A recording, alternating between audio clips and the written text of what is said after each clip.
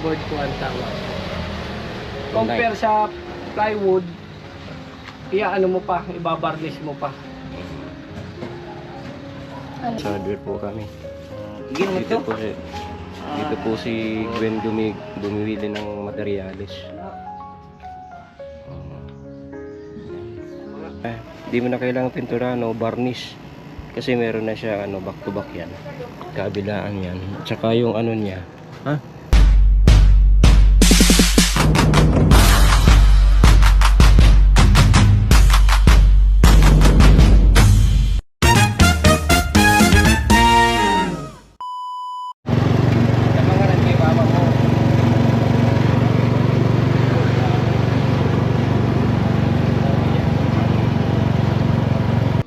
Hello, what's up mga Gwenny? It's me again, your one and only, Dakwela Gwenny. So, kasama ko ngayon si Dada.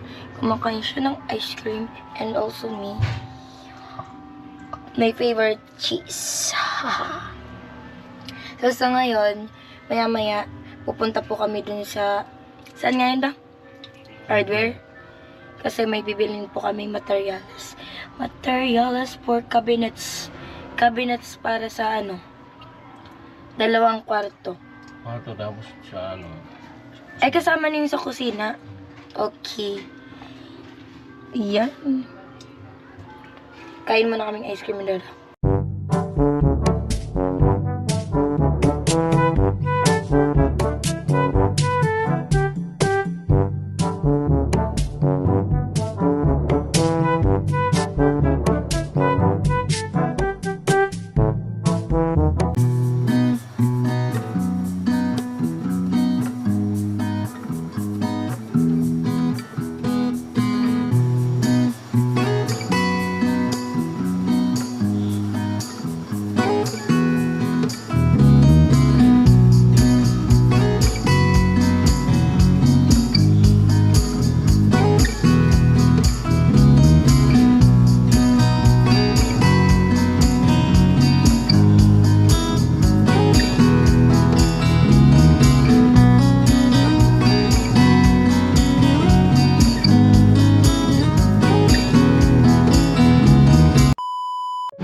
Ito, Ayan. hindi ka na magbabarnish. So, yan. Carry lang yan. Magandang klase. Kabilaan na yan, makinis na yan. Laminated board po ang tawag. Compare sa plywood, ano mo pa, ibabarnish mo pa. Ano yan? Okay na? Okay na yan. Tunay na. Sad. Pera ba? Upat. Apat. Sige na. Doon sa tricycle, Ay, pwede po. pa-deliver na lang. Sige na. Saan i-deliver? Ala ko sa pig titindahan ninyo ni misis mo. Sa di ko wa ko man para sa ito pala. Ayan po. Nasa hardware po kami. Gino Dito to. po si Gwen bumibili ng materyales.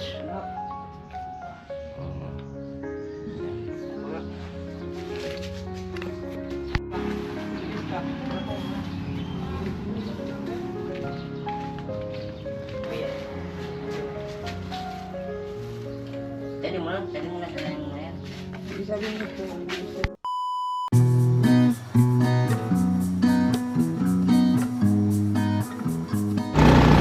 Ngayon mga Gwenny, pabalik na kami. Itakap lang ako na. Ayan ang tabako ng mga Gwenny. Nabili na natin yung lahat ng materials na kailangan natin sa paggawa ng cabinet.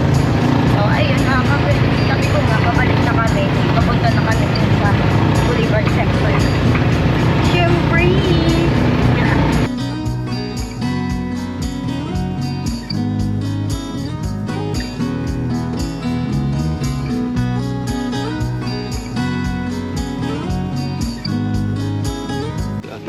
So, ayun mga ka-Gwenny, na-deliver na din po pala yung in-order natin dun sa hardware. Saan nga yun da? Palo yun? Dun sa C5. DDG Trading. Ano? DDG Trading. DDG? DDG Trading. So, shout out po sa DDG Trading. At napaka-approachable po nung may-ari doon. So, ayun. Andun na sa baba yung mga materyales. Super init naman dito sa Pinas.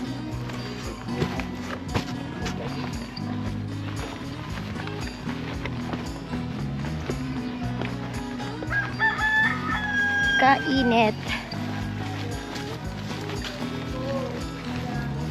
So, ayun na mga kagwene. Napakagandang klase ng napili namin ni Dada kasi hindi na po siya pwedeng barnisan. Diretso na po talaga siya. Talaga makinis na at magandang klase yung plywood na to. So, lahat ng plywood na yan is sa, sa kitchen. Hanging cabinet sa kitchen and sa 2 rooms. So, pasok muna tayo dito mga kagwene. Okay. Hello, baby. Hello, baby. Hello, baby. Ano? Ano yan? Antok siya. Kagwene. Dumating na po kami dito at yung delivery, naunahan pa kami. Ito. Gandang yung 3/4 plywood na gagawin na cabinet. Ang advantage lang ito kahit mahal ay yan, maganda yung texture niya. Di mo na kailangan pinturahan o varnish kasi meron na siya back to back yan, kabilaan yan, tsaka yung niya oo, kabilaan to pala yung likabok. Tapos yung niya puno, hindi katulad ng ibang plywood na may siwang sa gitna. Ito puno to, kaya matibay na gawing cabinet. Ayan, maganda kahit mahal. Kasi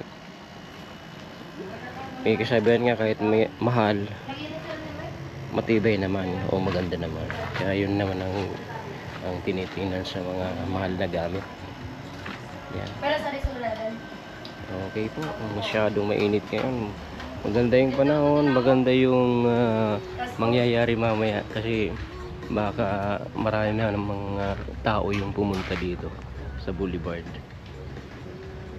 Sa ganitong oras walang tao, masyadong mainit pero maganda.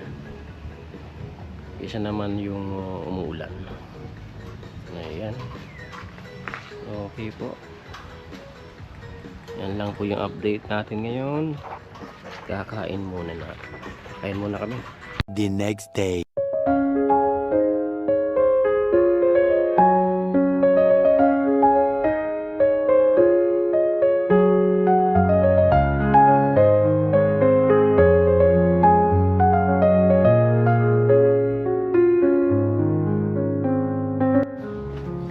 Hello mga kagwene, good morning. Ito panibawang vlog na mga sasama ni Gwen sa niya, content niya, kung anong content. Yan yung simula mga kagwene nung pag gawa ng cabinet nila, 2 kwarto, kay Gwen at saka kay Colin. Nasa baba na si Kuya Carpenter at tinatabas na yung gagawin. Sinupit na niya yung kikuha niya yung Naomi.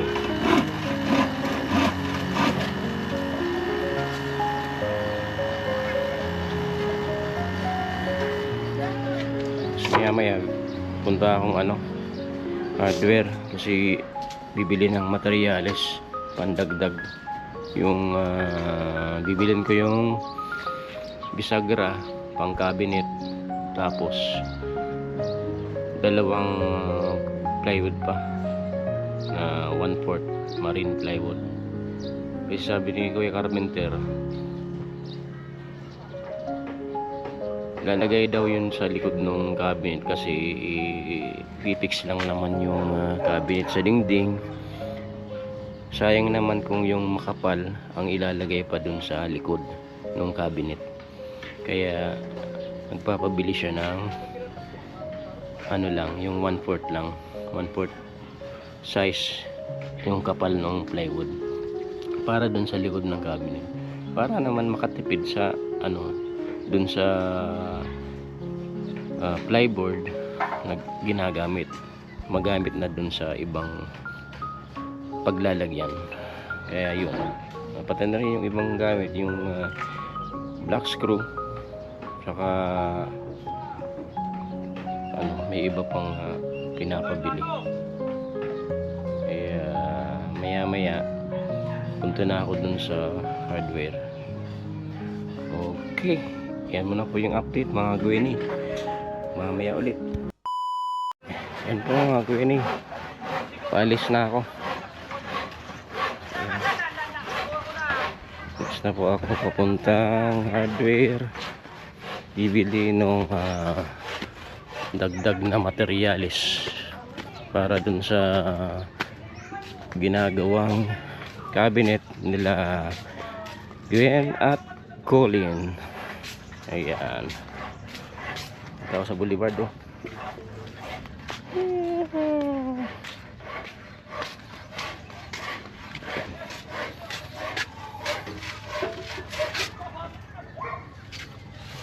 Okay.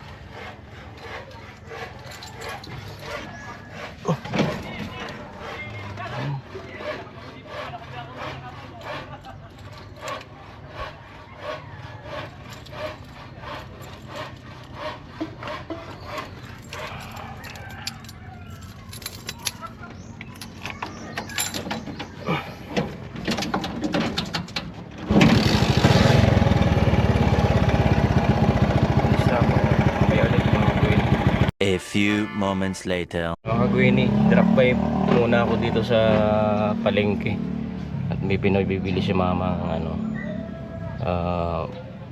paninda para sa mamaya, pang barbecue. Ayan, tagal lang mga Gwenny kasi ano, araw ng palengke ngayon, maraming tao, kaya medyo natagalan ako dun sa loob. Ayan, mga pinabili. May isang laman ng karne, sukal, trigo, toyo, saka yung baso. Punta na ako dun sa ano, hardware. Yan mga Gwenny, dito na ako sa hardware. Yan, bibili muna ako mga Gwenny. Plywood, kaya lang wala yung C1, hanap pa ako sa ibang hardware. Liya at saka screw. Okay, thank you.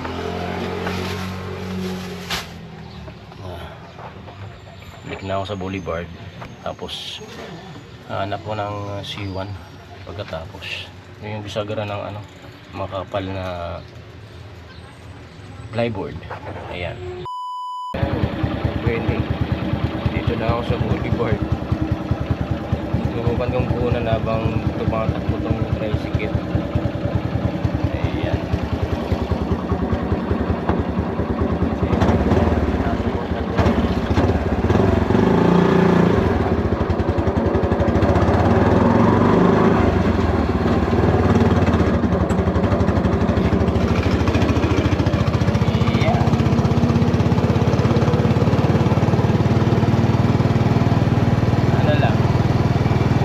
Dahan-dahan lang yung maniyaw. Kasi ano na, katersera to eh.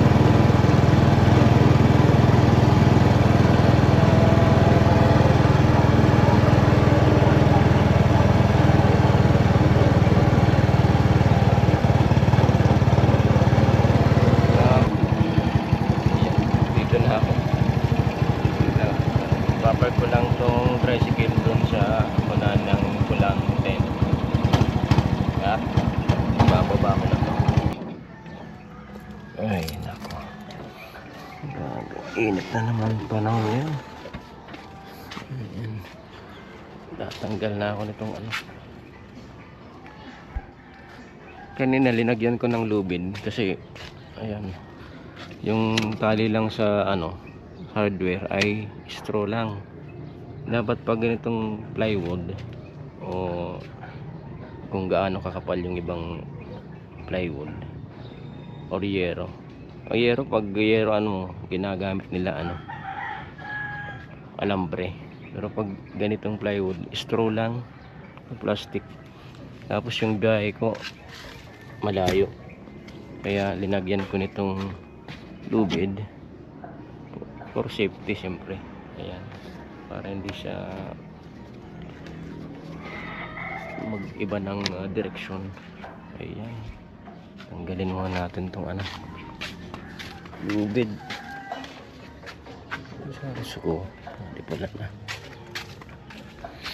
ito. Ayan, palagi kong may lubid dito sa tricycle kasi pag ganitong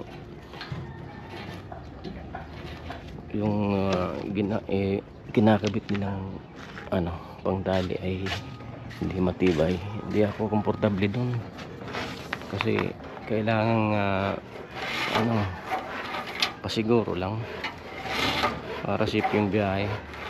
Kasi pag hinayaan ko lang ganun yung ano, lubid nila, baka sa kalagitnaan ng biyahe malaglag tong ano, karga ko. Wala, sayang lang sa oras, perwisyo yan. Kaya yan laging ginagawa ko, laging may lubid. Mga kuwinihan, dumating na ako galing sa pangalawang hardware kasi dun sa naunang hardware wala yung C1 na tawag, concealed hinge, yung pang bisagra sa mga makakapal na plywood, divider, ganyan.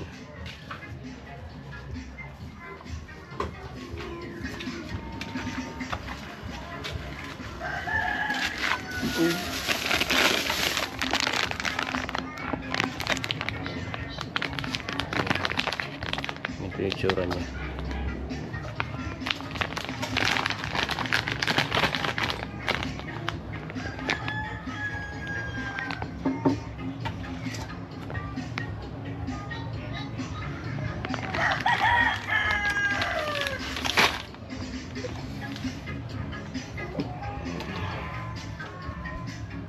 Tabuo na kagad ng ano, cabinet.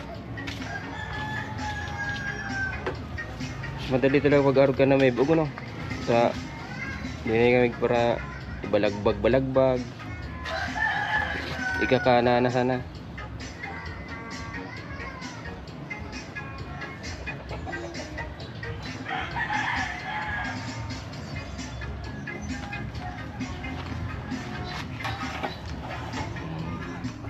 Yan po, yan ang una po ang update ng ginagawang cabinet nila Gwen at Colin, sabi ni Mr. Carpenter and Ikoy Carpenter. Yung ibang plywood ay gagamitin daw yun dito sa, pero yung sa baba wala, hindi pa yung kasama, para lang pala yun sa dito ang lalagyan ng mga gamit sa baba na glass na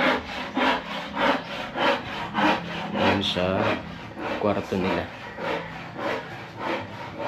Ayan, yan muna po yung update sa ginagawang cabinet nila Gwen at Colin. Ulit ulit. Ay, nakaw ka mga Gwen, kaya kapagod magbuhat nitong ano, cabinet ni Colin. Masyadong mabigat. Pag nabubo pala to, ano, napakabigat. Kakapal kasi nung ano, plyboard. Ayan, na yung ano,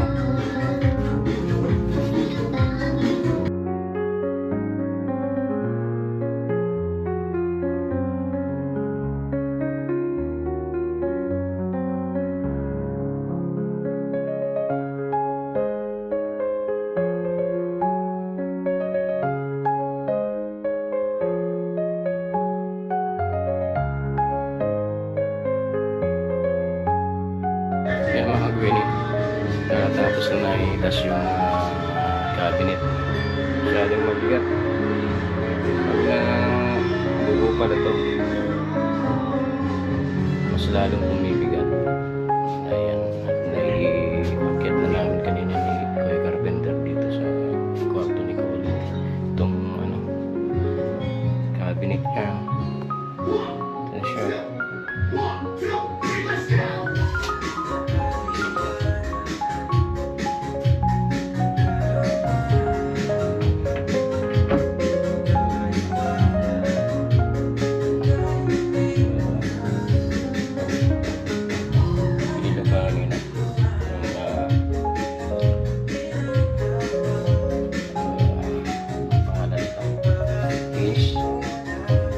Consult Hinge.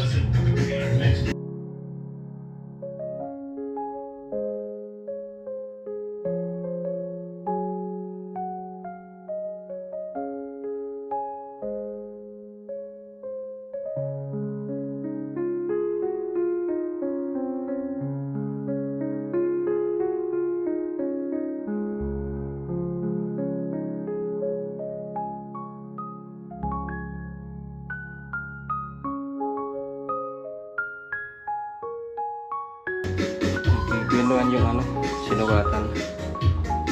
Yung nasusunod.